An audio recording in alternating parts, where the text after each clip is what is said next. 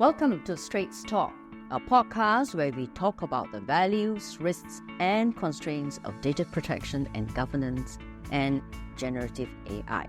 With me today are Kevin Shepherdson, founder and CEO of Straits Interactive, and Alvin To, co-founder of Straits Interactive. I am Grace Chung, a tech writer.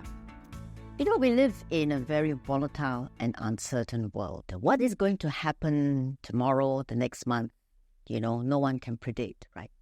But in all of this, I find that post-COVID, digital transformation has accelerated. So as it did this, data strategy has now become more important. And with data strategy, governance of how this data is being used has become important.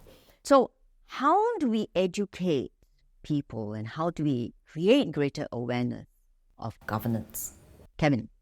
Yeah, currently there's a contradiction based on the compliance approach and the business approach, right? And we see the compliance people, the risk people telling the organization and playing what we call a showstopper.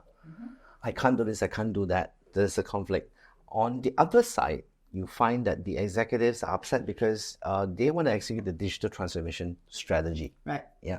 So we have this term called GRC, and more importantly, from this company, this entity called OSAC, they created a term called principal performance, where the focus is actually on the business objective as opposed to the compliance objective. And to sum up this definition, which ties everything together, is this term, the reliable achievement of objectives while addressing uncertainty and acting with integrity.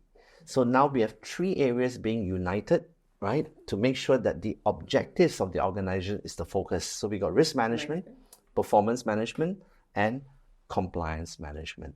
So that's a very long answer to your question, how you bring everything together, because you cannot just focus on value alone. You need to also look at the risks and the constraints. So these are the elements. So what do you see in industry? What is happening in the industry when it comes to data strategy and data governance? Alvin?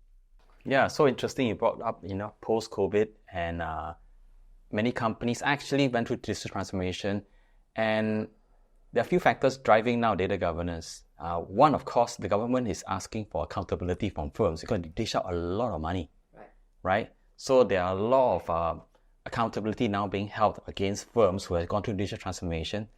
Government actually has helped them a lot. Because they've given them subsidies, right, and grants. Exactly. Yeah. And where does this project go? And is it making money? And can you show reports? But what's interesting is that we actually track the job market.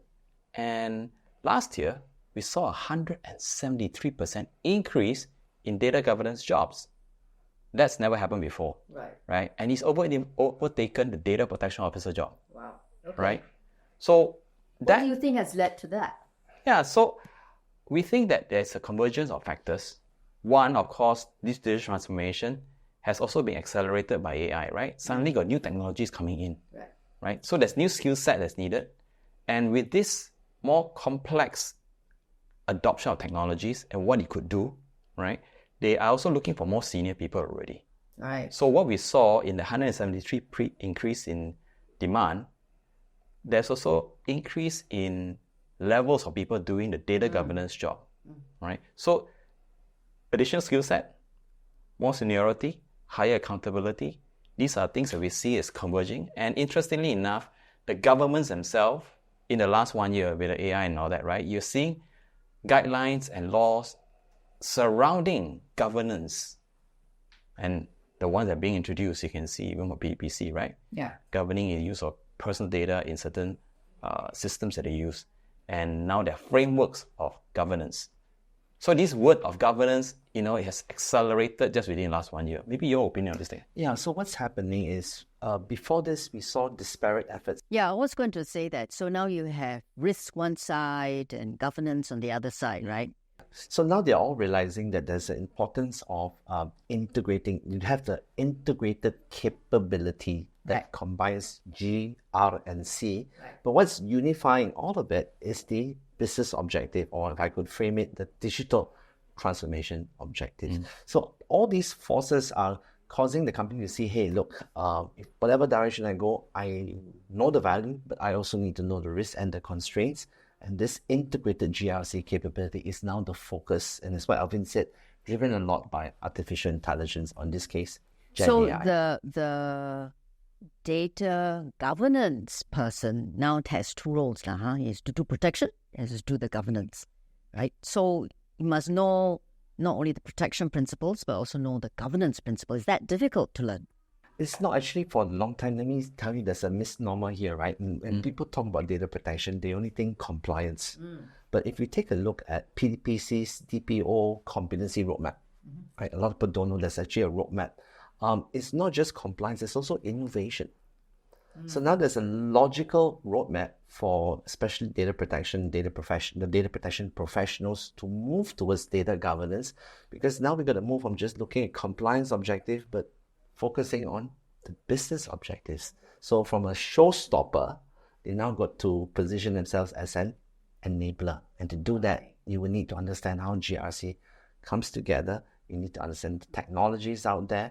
But it's not just risks and constraints. You also need to look at the value that you can bring to the organization. And data is the new focus. Okay.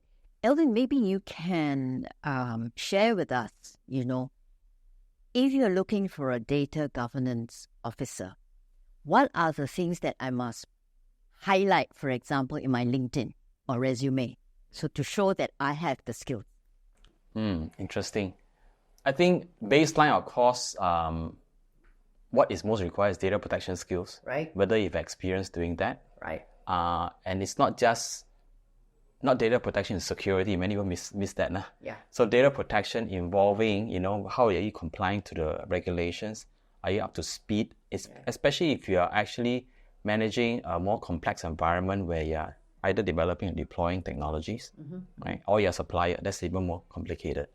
And how are you declaring that and assuring your stakeholders, whether it's to your vendors, your customers, are you able to do that? Okay. So that's one, right? Second thing is that, do you have additional skill set in managing stakeholders? Okay. So for example, in my office, our data protection actually comprises of a few individuals, and they actually have to update me and Kevin, right, on a monthly basis.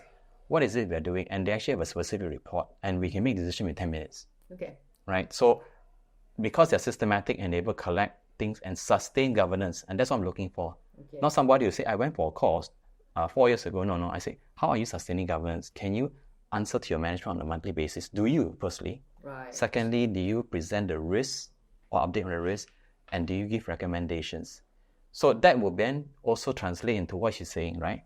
From being a compliance role, you're not adding value while managing risk. I don't want you managing risk only, I want you to see how are we increasing the value of our data or our assets while managing the risk, and that is good governance. Any opinions, Ed? Can I add on? Because if you're going to put on LinkedIn, you want credentials. Yeah. Right? So some competency benchmarks for everyone to think about is at SMU, we offer the advanced diploma in data governance and data management. And that is something that anyone interested to go into data governance might want to consider. On the other hand, there's also what we call professional certification that's offered by OSAC called the GRC Professional, spelled as GRCP. You put those titles behind your name. And what most people don't know that besides these courses under SSG funding, for the OSAC course, it's actually an open book exam. Okay. So it's actually an easy way for you to get certification. Obviously, you have to understand, because open book means they assume you know everything. But my point here is that people don't know that there's actually an easy benchmark for somebody to be professionally certified, just as you would be certified for your CIPM, Certified Information Privacy Manager, for a data protection officer. But for the data governance role, you can have this title GRCP behind your name, and that's excellent to put into LinkedIn, because you just indicated that there is a standard, right? You have reached a competency benchmark. Actually, I'll do one more. Yeah. In fact, since we are talking to people in Data Protection and Excellence Network, be visible, right? So be visible in a like-minded community. So, for example, we run this thing called Data Protection Excellence Network. Many of you who are listening probably are, if you're not joined it. Participate in the conversation. We have WhatsApp groups, right? We have thousands of people in there. People ask questions. Then you give examples or even your scenarios. I think that's where... Show your expertise. Exactly, right? Positions yourself as an expert, right? Exactly. So like LinkedIn, people tag us, we have discussions, we have forum boards. We want to build that community for ASEAN specialists and GRC to be recognized, validate them. We actually see people are being headhunted already because they're visible. Okay. So data governance is important. There are courses that you can take. SMU, you can take also OSAC courses. And at the end of the day, it is another way to upskill your own skill set. And you should take the opportunity, if you haven't already done the transition. Alvin already shared about the transition from data protection to data governance. If you don't have a data governance office, this is a good chance to go to your management and say, boss, I think we should now move towards a data protection office to a data governance office, and I'm ready to support your digital transformation. And that's a good segue, because you go from compliance, which is non-contributing to bottom line, to a showstopper, to an enabler which contributes to the bottom line.